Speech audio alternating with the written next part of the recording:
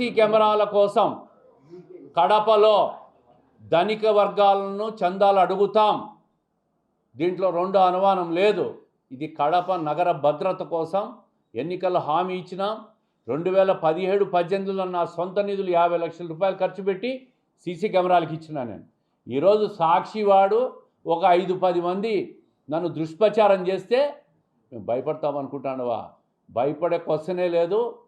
నిన్న ఎమ్మెల్యే గారు కూడా చెప్పినారు, ముఖ్యమంత్రి గారి పర్యటనలో సీసీ కెమెరాలను కడప నగరానికి పూర్తి చేసి ప్రజలకు భద్రత ఇచ్చే దాంట్లో ఎట్టి పరిస్థితుల్లో రాజీ పడే ప్రసక్తే లేదు.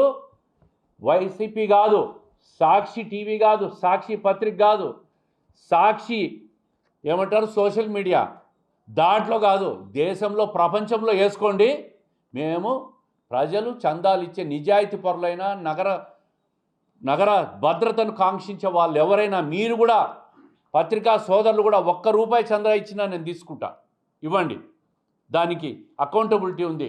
₹1 అయినా ఆ మ్యానుఫ్యాక్చర్ చేసే కంపెనీకి చెక్కు రూపంలో ఇవ్వండి. ఎక్కడైనా ₹1 నేను క్యాష్ రూపంలో తీసుకున్నా, ఎవరికైనా అన్యాయం చేసినా మళ్ళీ నేను రాజకీయాల్లో ఉండను. అంతే తప్ప 5-10 మంది దుష్ప్రచారం చేసుకొని పని కట్టుకునే వాళ్ళు ఉంటే వాళ్ళకు సమాధానం చెప్పాల్సిన అవసరము, భయపడాల్సిన అవసరం నాకు లేదు.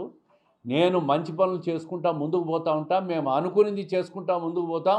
కడప జిల్లా అభివృద్ధి, కడప నగర అభివృద్ధికి మేము కట్టుబడి ఉన్నాం. కడప భద్రతకు కడప ఎమ్మెల్యే కట్టుబడి ఉంది కాబట్టి ఆమె కూడా సీసీ కెమెరాలు ఏర్పాటు చేస్తామని చెప్పి గట్టిగా మాట్లాడింది. చరిత్ర సృష్టించినోడు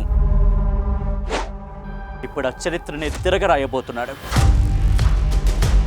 అబద్ధాల గోడల్ని బద్దలు కొట్టి నిజాలను రాగా మీ ముందుంచబోతున్నాడు.